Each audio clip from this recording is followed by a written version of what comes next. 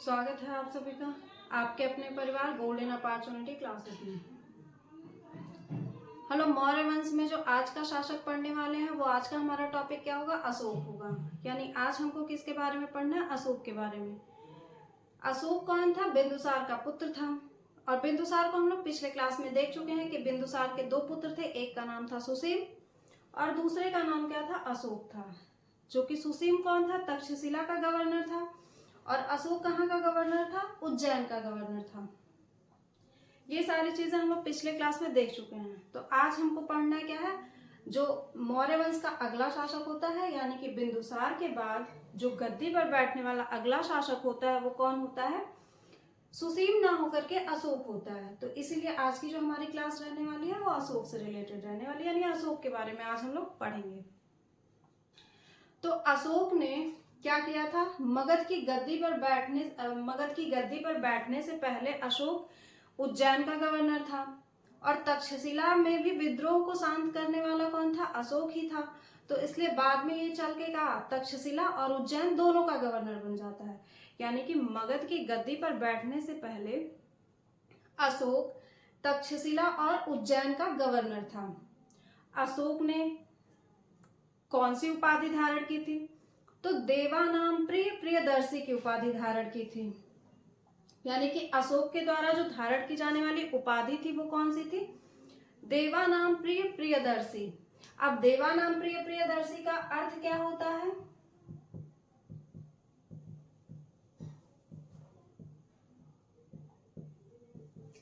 देवताओं का प्यारा। ये क्या थी? अशोक की उपाधि थी। इसका अर्थ होता है देवताओं का प्यारा। अशोक के पिता कौन थे? बिंदुसार थे और अशोक की मां कौन थी? सुभद्रांगी थी। सुभद्रांगी जो कि अंग महाजनपद की क्या थी? एक ब्राह्मण कन्या थी। और अंग महाजनपद अगर देखा जाए वर्तमान में किस राज्य में पड़ता है? तो वर्तमान में बिहार में पड़ता है। और बिहार में भी भागलपुर के आसपास का क्षेत्र जो है वो क्या पहले था? अंग महाजनपद में आता था। तो जो इसकी माँ थी, अशोक की जो माँ थी सुभद्रांगी देवी, वो कहाँ की रहने वाली थी? अंग महाजनपद की रहने वाली थी। और कैसी थी? ब्राह्मण कन्या थी। यानी कि अंग महाजनपद की क्या थी? ब्राह्मण कन्या थी। ठीक है। अंग महाजनपद की राजधानी क्या थी? चंपा। वहीं की रहने वाली थी ये, चंपा। ठीक है। और अशोक के कुछ और उपनाम भी हैं जो कि प्रयोग में आते हैं और देखने को मिलते हैं। तो इसको मास्की अभिलेख में बुद्ध शाक्य कहा गया है। बुद्ध शाक्य। अशोक को मास्की अभिलेख में क्या कहा गया है? बुद्ध शाक्य कहा गया है। और एक उपाधि तो देवानाम प्रिय प्रियदर्शी बता ही चुके हैं। पुराणों में इसको क्या कहा गया है? अशोक वर्धन कहा गया है। यानी कि अशोक के लिए अशोक वर्धन शब्द का प्रयोग कहाँ पे मिलता है? पुराणों में। पुराणों में क्या मिलता है अशोक के लिए? अशोक वर्धन मिलता है। उसके बाद में अशोक मौर्य, ये सभी क्या है? इनके उपनाम हैं। अशोक मौर्य ये कहाँ पे देखने को मिलता है? जूनागढ़ अभिलेख में। यानी कि जूनागढ़ के अभिलेख में जो अशोक का नाम मिलता है वो क्या मिलता है? अशोक मौर्य। ठीक है। जो जूनागढ़ अभिलेख है ये अशोक का नहीं है, ये रुद्रदामन का। इसकी हम लोग चर्चा करेंगे आगे। ठीक है। तो ये सभी क्या थे? अशोक के उपनाम थे और ये क्या थी? उपाधि थी।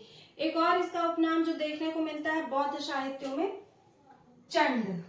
अशोक का एक और उपनाम देखने को मिलता है चंड। कहाँ पे? बौद्ध साहित्यों में। और चंड का क्या अर्थ होता है? कठोर। यानी कि अशोक के लिए चंड का भी प्रयोग किया गया है। कहाँ पे? बौद्ध साहित्यों में। ठीक है। तो ये हो गए अशोक की उपाधियां और अशोक के उपनाम। तो पहले हमें लोग इनको क्या करेंगे? नोट करेंगे। उसके बाद फिर देखते हैं इनकी पत्नियां। भाई इनकी कई पत्नियां थी और सबके बारे में कोई ना कोई चीजें क्या है? इंपॉर्टेंट है। तो फिर उसके बाद हम लोग क्या देखेंगे? इनकी पत्नियों के बारे में। ठीक है। तो पहले इसको हम लोग नोट करते हैं, नहीं तो फिर क्या होगा? चीजें छूट जाएंगे।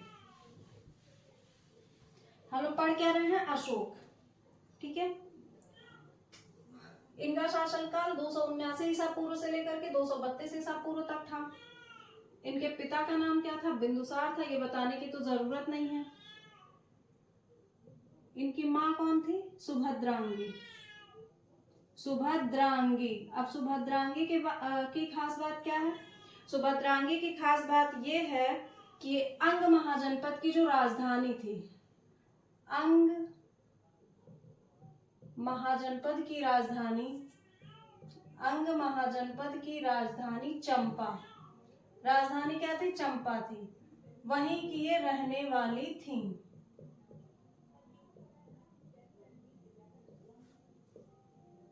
ब्राह्मण कन्या थी, ठीक है। कौन? सुभद्रांगी। उसके बाद में ये मगध का शासक बनने से पूर्व, कौन? अशोक। मगध का शासक बनने से पूर्व, मगध का शासक बनने से पहले तक्षशिला और उज्जैन का गवर्नर था। अब तक्षशिला कहाँ पे पड़ता है? पाकिस्तान में पड़ता है। उज्जैन कहाँ पे पड़ता है? मध्य प्रदेश में पड़ता है। उज्जैन का गवर्नर था कौन? अशोक। मगध का क्या लिखेंगे? यह यानी कि अशोक मगध का शासक बनने से पहले तक्षशिला और उज्जैन का क्या था? गवर्नर था। उसके बाद इसकी क्या लिखेंगे? उपाधि। उपाधि इसकी क्या थी? देवानाम प्रिय प्रियदर्शी, जिसका अर्थ क्या होता है? देवताओं का प्यारा।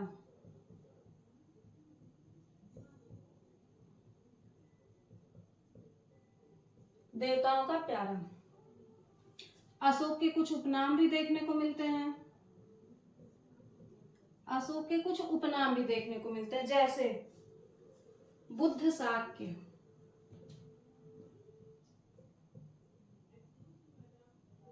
कहाँ पे कहा गया है? मास्की अभिलेख में।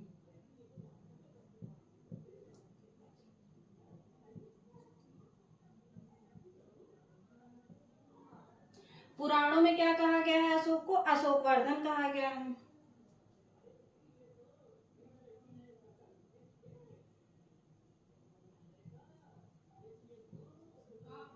अशोकवर्धन कहाँ पे कहा गया है अशोक को? पुराणों में कहा गया है, ठीक है। जूनागढ़ अभिलेख में क्या कहा गया है इनको? अशोक मौर्य कहा गया है। अशोक मौर्य कहाँ पे कहा गया? जूनागढ़।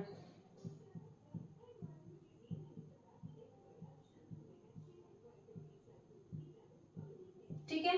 बौद्ध साहित्य में अशोक के लिए किस शब्द का प्रयोग हुआ है? चंड। चंड कहाँ पे कहा गया है? बौद्ध साहित्यों में।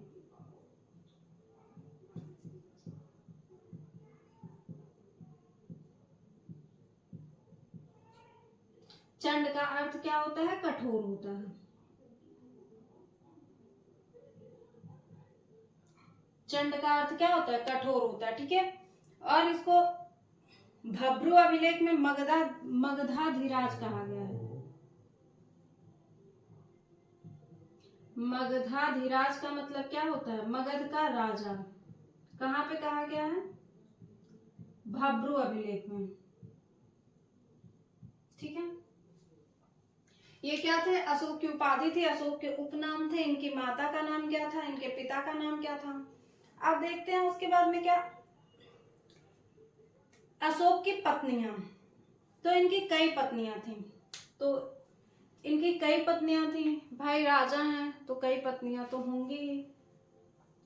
तो एक जो पत्नी का जिक्र मिलता है असंघमित्रा, ठीक है। तो इनकी कई पत्नियां थी। असंघमित्रा एक थी जो क्या थी? निसंतान थी, यानी कि असंघमित्रा को कोई संतान नहीं थी, ठीक है। उसके बाद में जो अगली पत्नी इनकी आती है, अगली पत्नी कौन सी है? करुवकी। करुवकी कहाँ की रहने वाली थी? कलिंग की राजकुमारी थी।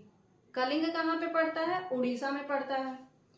तो यानी कि अशोक ने कलिंग की राजकुमारी करुवकी से भी क्या किया था? विवाह किया था।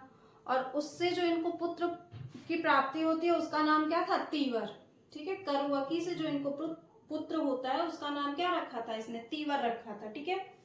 उसके बाद में एक और आती है पत्नी, जिसका नाम क्या था? महादेवी।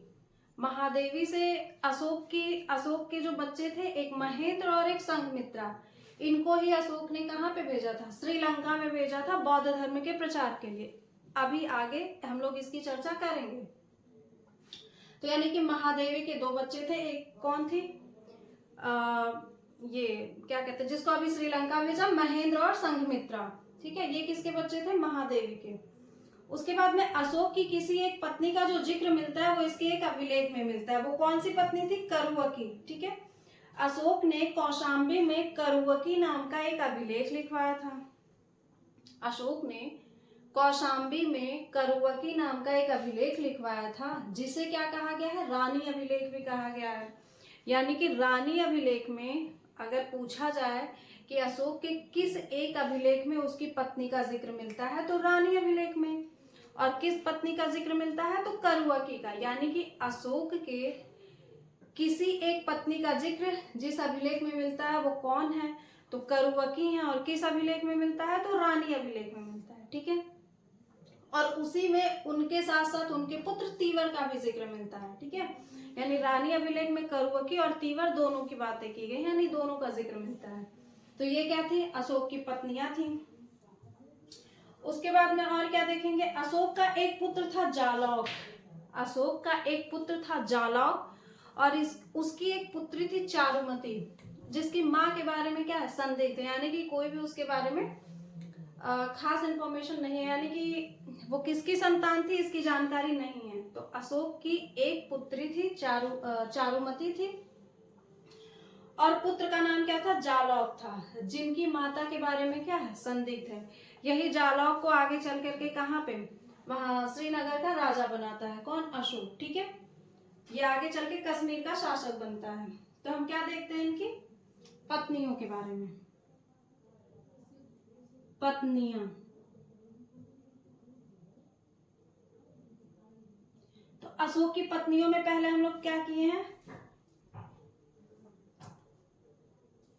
असंघमित्रा,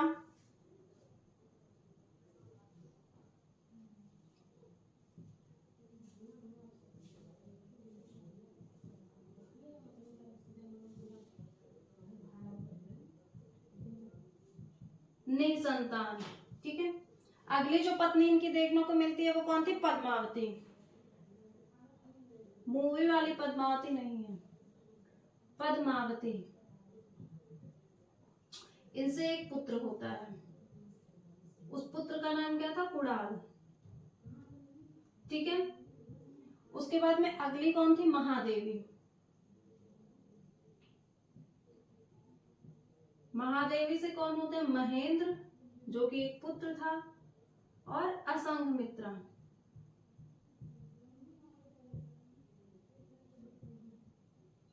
ठीक है, महेंद्र और संघमित्रा।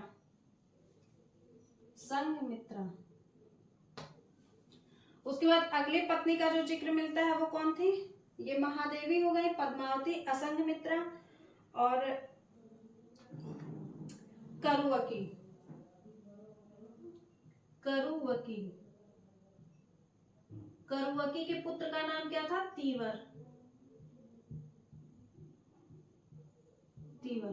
ठीक है, ये कौन थी? इनकी पत्नियां थी। उसके बाद इनके जो दो संतानें थी, यहाँ पे पॉइंट बना के उसको लिख लेंगे कि अशोक के एक पुत्र, अशोक के एक पुत्र जालौक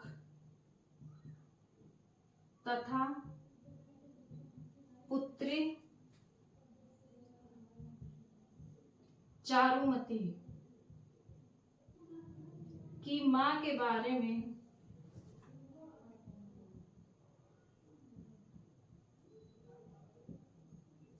संदिग्ध है।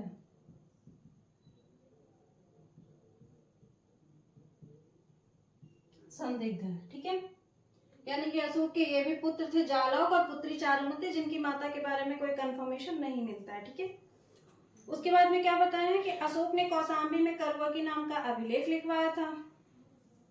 कौशाम्बी कहाँ पे पड़ता है? इलाहाबाद के पास पड़ता है। ठीक है, अशोक ने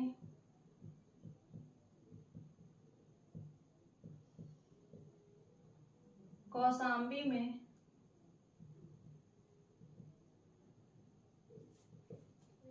करुवकी नाम का एक अभिलेख लिखवाया था।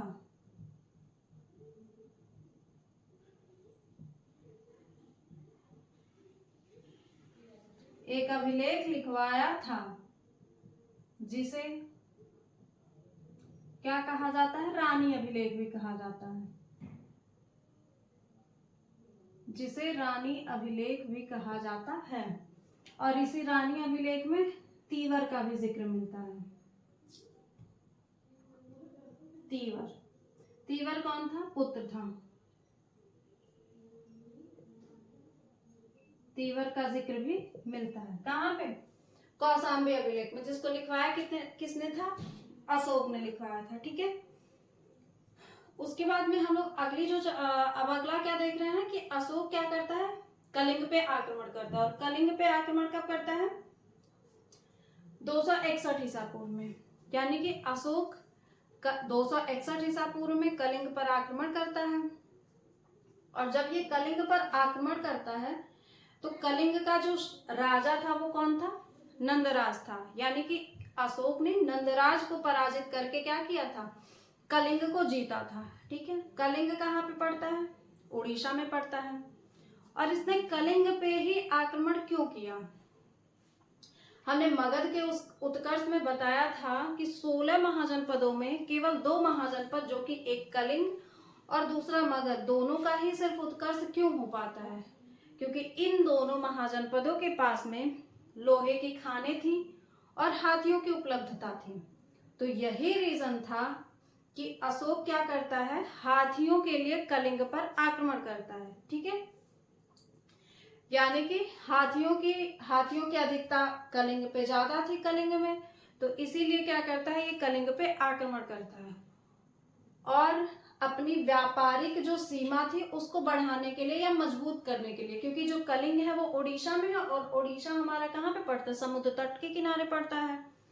तो यानी कि अपनी जो व्यापारिक सीमा थी उसको मजबूत करने के लिए भी क्या माना जाता है कि इसने कलिंग पे आक्रमण किया था। ठीक है। तो इसको भी हम लोग क्या करेंगे? नोट कर लेते हैं। क्या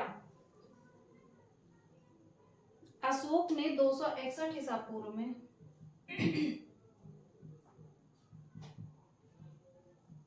अशोक ने 261 ईसा पूर्व में कलिंग पर आक्रमण किया।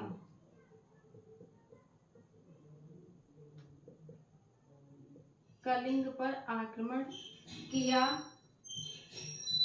तथा वहां के शासक, यानी कि कलिंग के शासक, वहां के शासक नंदराज को पराजित करके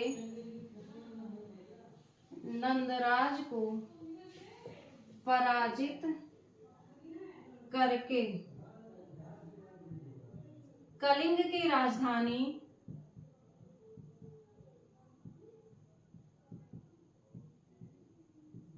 तोसली को बनाया।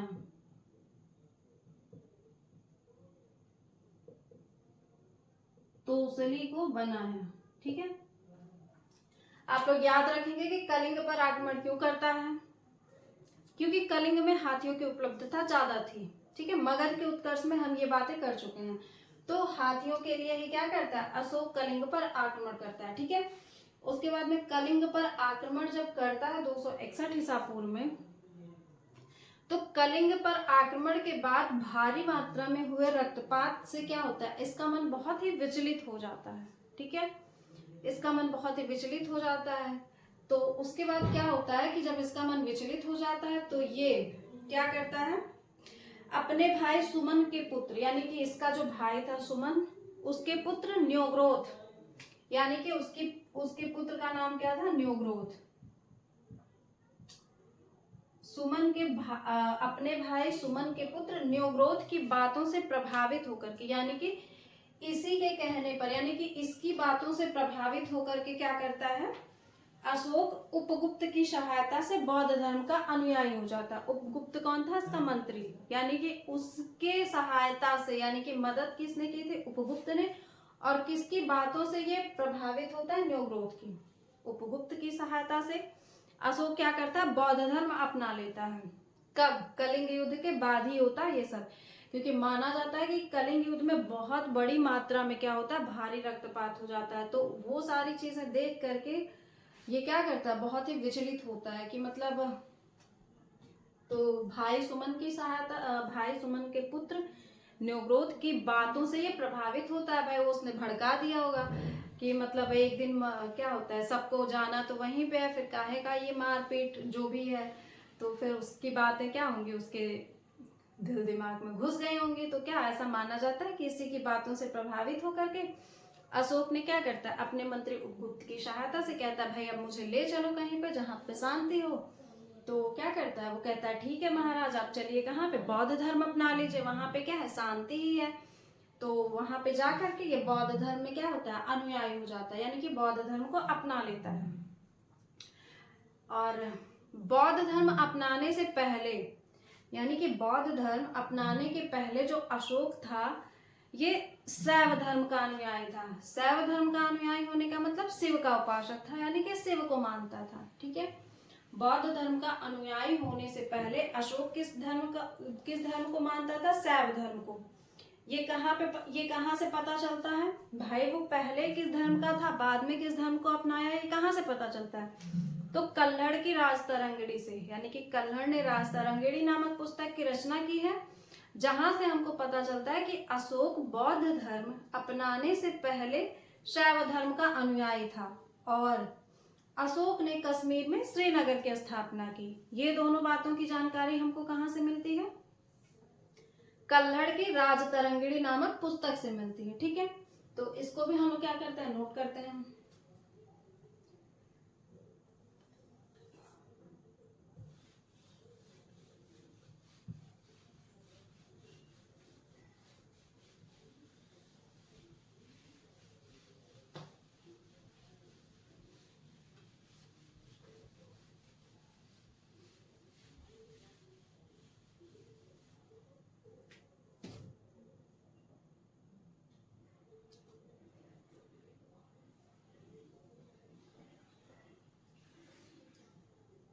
कलिंग पर आक्रमण क्यों किया?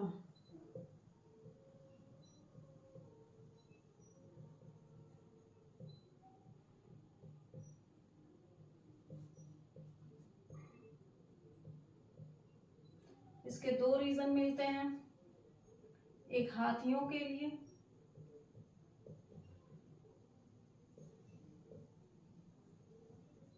अगला व्यापारिक सुविधा बढ़ाने के लिए।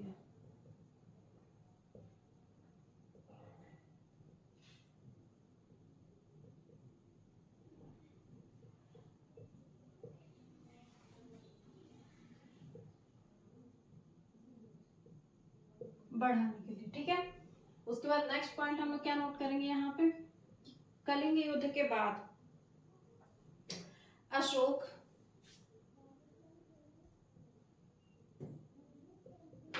कलिंग युद्ध के बाद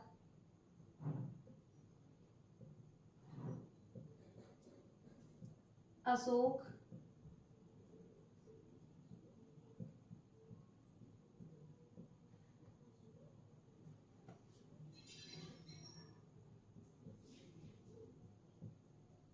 अपने भाई सुमन के पुत्र न्योग्रोध की बातों से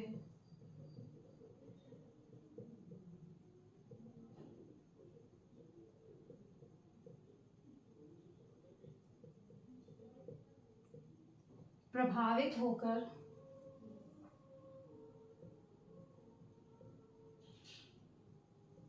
उपगुप्त की सहायता से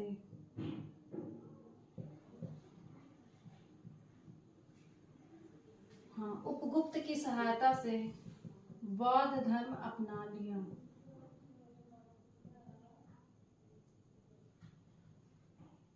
बौद्ध धर्म अपनाया। ठीक है, बौद्ध धर्म कब अपनाता है? न्योग्रोध की बातों से प्रभावित होकर के उपगुप्त की सहायता से बौद्ध धर्म अपनाया। तो यहाँ पे हम लोग लिखेंगे कि बौद्ध धर्म अपनाने से पूर्व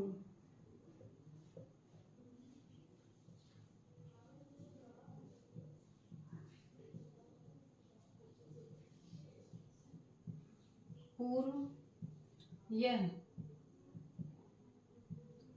शैव धर्म का अनुयायी था।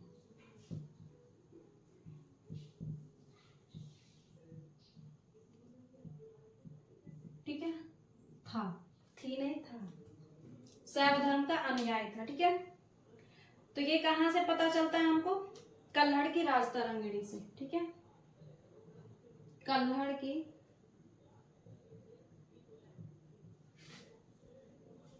राज तरंगिणी से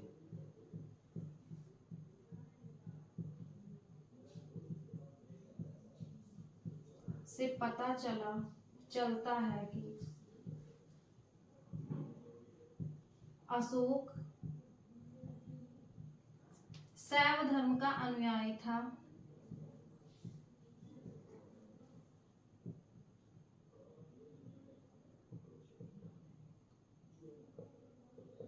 तथा इसने श्रीनगर शहर की स्थापना की थी।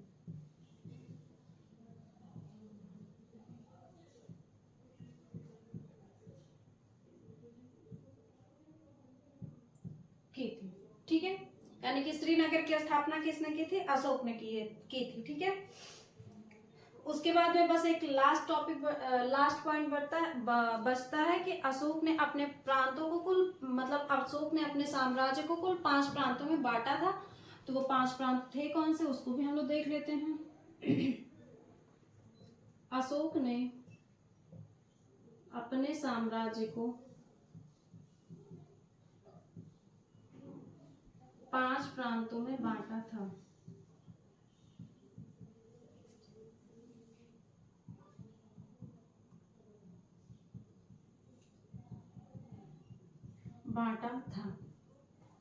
ये 5 प्रांत थे कौन से? उत्तरापथ,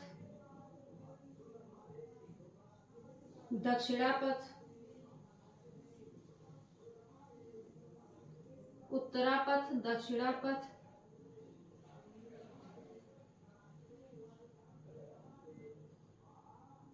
तक्षशिला, अवंती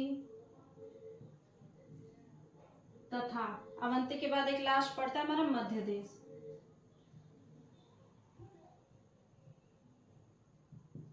इन सब की राजधानी भी तब कुछ ना कुछ बनाया होगा। ठीक है, उत्तरापथ की राजधानी कहाँ पे बनाया था? तक्षशिला को बनाया था।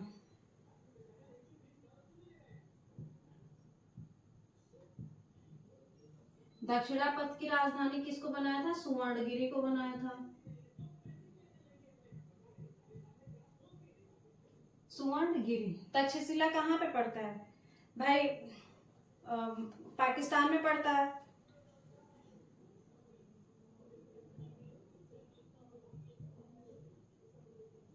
तक्षशिला की राजधानी किसको बनाया था? तोसली को बनाया था। ठीक है, अवंती की राजधानी किसको बनाया था? उज्जैनी को बनाया था। उसके बाद मध्य देश की राजधानी किसको बनाया था? पाटलिपुत्र को।